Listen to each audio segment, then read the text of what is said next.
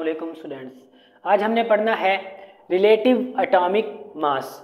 The word relative, कौन सा word?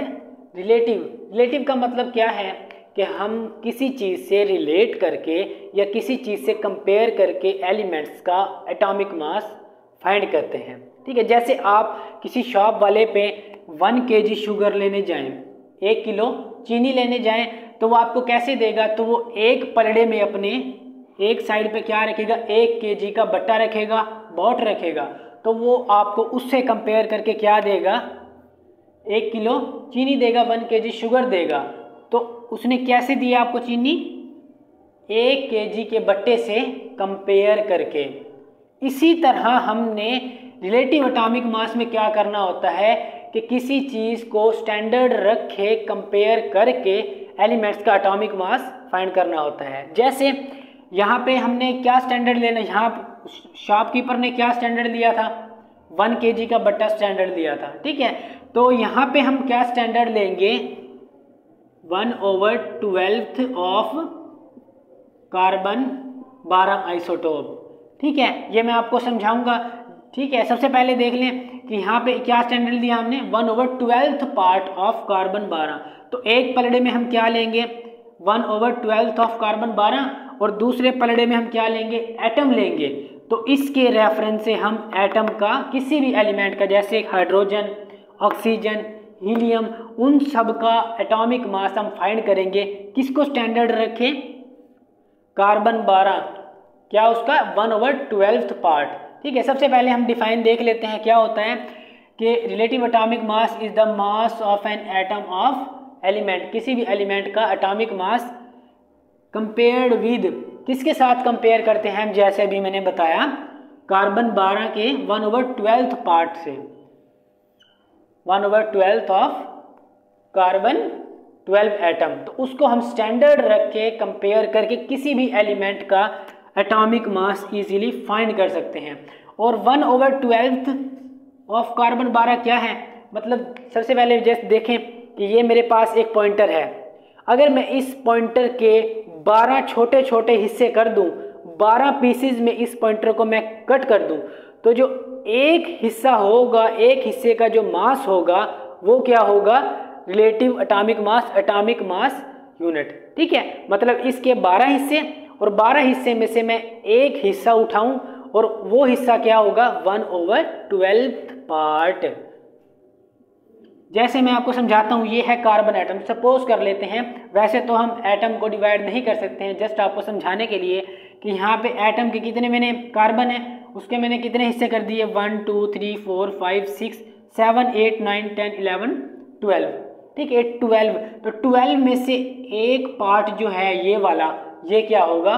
1/12 of carbon 12, और इसी को हम AMU भी कहते हैं, एटॉमिक मास यूनिट। ठीक है स्टूडेंट, समझ आ गया कि 1/12 ऑफ कार्बन क्या है? मतलब कि कार्बन के 12 हिस्से और उसमें से जो एक हिस्सा होगा ये वाला, ये एक हिस्सा, ये क्या होगा? 1/12 पार्ट ऑफ कार्बन 12। ठीक है, अब कार्बन के बाकी आइसोटोप्स भी हैं। ये क्या हैं? आइसोटोप्स। कितने आइसोटोप्स हैं? कार्बन 12, कार्बन 13 और कार्बन 14। तो हम कार्बन 12 ही क्यों लेते हैं एज अ स्टैंडर्ड के तौर पे? क्यों? क्योंकि वो नेचुरली अबंडेंट होता है। इस वजह से हम कार्बन 12 को, इन सारे आइसोटोप्स में से कार्बन 12 को एज अ स्टैंडर्ड के तौर पे लेते हैं। ठीक है, एक पलड़े में हम क्या रखेंगे? 1/12 समझ आ गया कि एक पार्ट, 12वें हिस्से का सिर्फ एक पार्ट, वो 1/12 C12 का। तो एक पलड़े में हम क्या रखेंगे? C12 1/12। तो दूसरे में कोई भी एलिमेंट हम रख देंगे, तो उसका हम ऐसे कंपेयर करके हम एटॉमिक मास फाइंड करेंगे। ठीक है, अब देख लेते हैं हम AMU क्या है? Atomic mass unit. किसका यूनिट है ये? रिलेटिव एटॉमिक मास का यूनिट है। Unit for relative atomic mass is known as atomic mass unit. और एक AMU किसके बराबर होता है?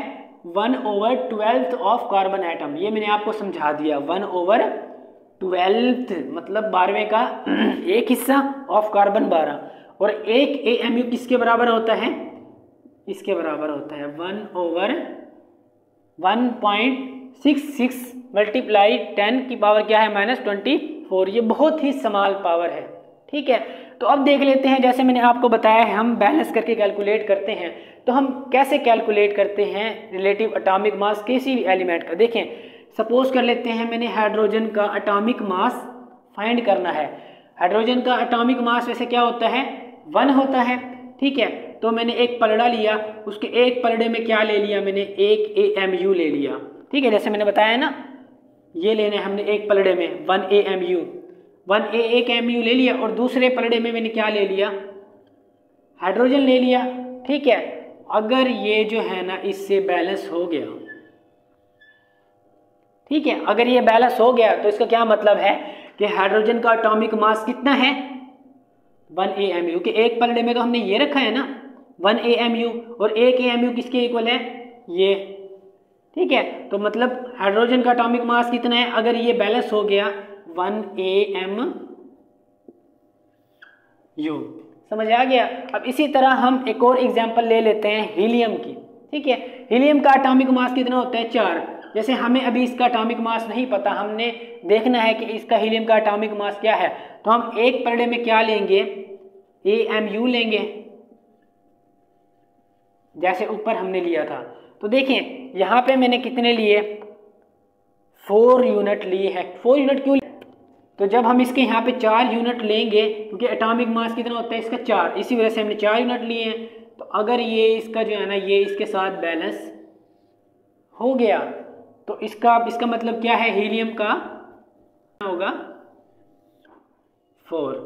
इसी तरह हम एक और एग्जांपल से समझ लेते हैं।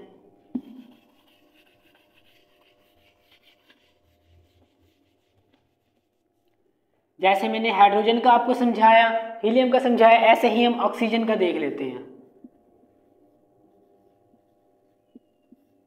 ऑक्सीजन का एटॉमिक मास क्या होता है, O16 होता है एटॉमिक मास, ठीक है। तो हम ले लेते हैं एक पलड़ा, एक पलड़े में हम क्या ले लेते हैं, वही AMU यूनिट जिससे हमने हाइड्रोजन और हीलियम का फाइंड किया, ठीक है।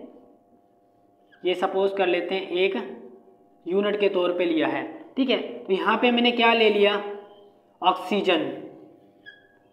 अब ऑक्सीजन का एटॉमिक मास कितना है 16, तो हम यहाँ पे यूनिट भी कितने लेंगे, 16 ही लेंगे। कितने लेंगे, 16। क्यों, क्योंकि ये फिर बैलेंस हो जाएगा, ठीक है। तो अगर हम इसको देखें तो ये क्या हो जाएगा, बैलेंस हो जाएगा। इसका मतलब क्या है कि ऑक्सीजन का जो एटॉमिक मास है वो कितना है 16। तो ये था स्टूडेंट्स रिलेटिव एटॉमिक मास और एटॉमिक मास यूनिट, और हम इसको कैसे कैलकुलेट करते हैं।